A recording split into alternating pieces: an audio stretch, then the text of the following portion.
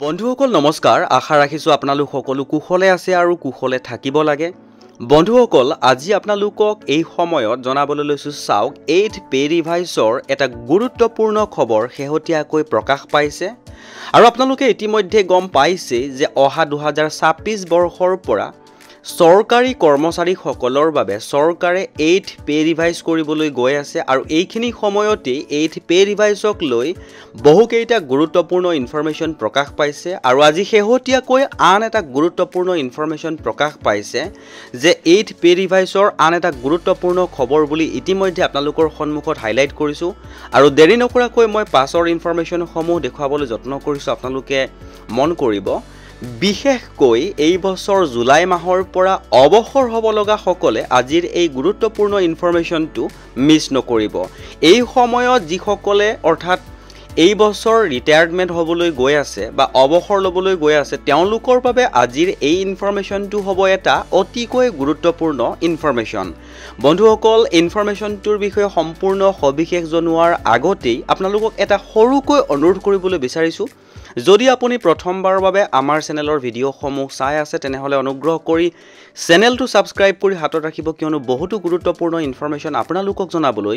আমাৰ চেনেলৰ মাজেৰে যত্ন কৰা হয় আৰু শেহতীয়াকৈ ইতিমধ্যে আপোনালোকক মই হাইলাইট কৰি দেখুৱাইছো যে 8th পে ৰিভাইজৰ সৈতে জড়িত এটা গুৰুত্বপূৰ্ণ ইনফৰমেশন প্ৰকাশ পাইছে অৰ্থাৎ এই বছৰ জুলাই মাহৰ পৰা অৱসৰ হ'ব লগা সকলে এই গুৰুত্বপূৰ্ণ ইনফৰমেশনটো মিছ নকৰিব আৰু দেৰি নকৰাকৈ মই আপোনালোকক এই গুৰুত্বপূৰ্ণ ইনফৰমেশনটোৰ পাছৰ ইনফৰমেশন সমূহ হাইলাইট কৰিবলৈ যত্ন কৰিছো চাওক আৰু এই গুৰুত্বপূৰ্ণ ইনফৰমেশনটো দেশৰ এখন আখাৰীৰ নিউজ পেপাৰে যেনেকৈ প্ৰকাশ কৰিছিলে হুবহু ঠিক তেনেকৈ আপোনালোকৰ ওচৰত অসমীয়া অনুবাদটো জনাবলৈ যত্ন কৰিছো উচ্চ বেতন বৃদ্ধিৰ গুজব আৰু আশা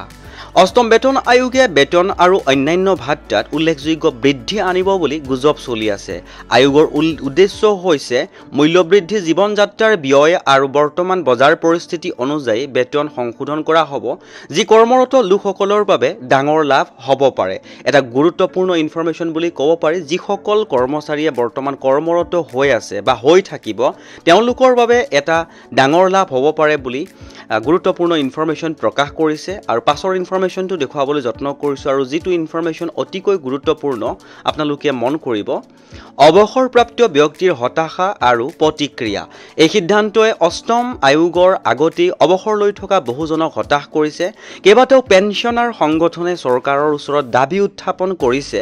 যাতে তেওঁলোকক একান্ত বেনিফিট ট্ৰানজিশনাল বেনিফিট বা সংশোধিত পেনশন ফৰ্মুলাৰ দ্বাৰা কিছু উপকৃত কৰা যায় কাৰণ এতিয়াও বহু সংখ্যক কৰ্মচাৰী এটা হতাশাৰ মাজত আছে বুলি কৈছে যে তেওঁলোকে 8th পে ৰিভাইজৰ ভিতৰত পৰিব নে নপৰে ইয়াৰ পিছৰ ইনফৰমেশনটো আপোনালোকক সকলো ইনফৰমেশন ক্লিয়াৰ কৰি দিব আৰু জনাবলৈ যত্ন কৰিছো পাছৰ ইনফৰমেশন সমূহলৈ আপোনালোকে মন কৰিব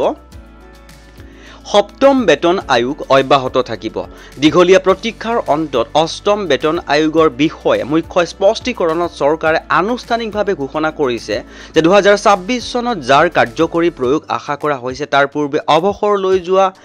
কেন্দ্ৰীয় চৰকাৰৰ কৰ্মচাৰী এই নতুন সুবিধাৰ বাবে যোগ্য নহব তে বন্ধুসকল নিশ্চয়কৈ গম পাইছে যে এটা ক্লিয়াৰিফিকেশন দিয়া হৈছে বুলি উল্লেখ কৰিছে যে 2025 বৰ্ষৰ ভিতৰতে অৰ্থাৎ 2026 ৰ আগতে যি সকল কৰ্মচাৰী অৱসৰ ল'ব তেওঁলোকে অষ্টম বেতন আয়োগৰ অধীনত নহব বুলি এটা ক্লিয়াৰিফিকেশন দিছে বুলি তেওঁলোকে প্ৰকাশ কৰিছে পাছৰ ইনফৰমেশনটো দেখুৱাবলৈ যত্ন কৰিছো চাওক এই খবৰ বহু অৱসৰপ্ৰাপ্ত ব্যক্তিক হতাশ কৰিছে কাৰণ তেওঁলোকে ৰিটায়াৰমেন্টৰ বেনিফিট পুনৰ বিবেচনা বা বৃদ্ধিৰ আশা কৰিছিল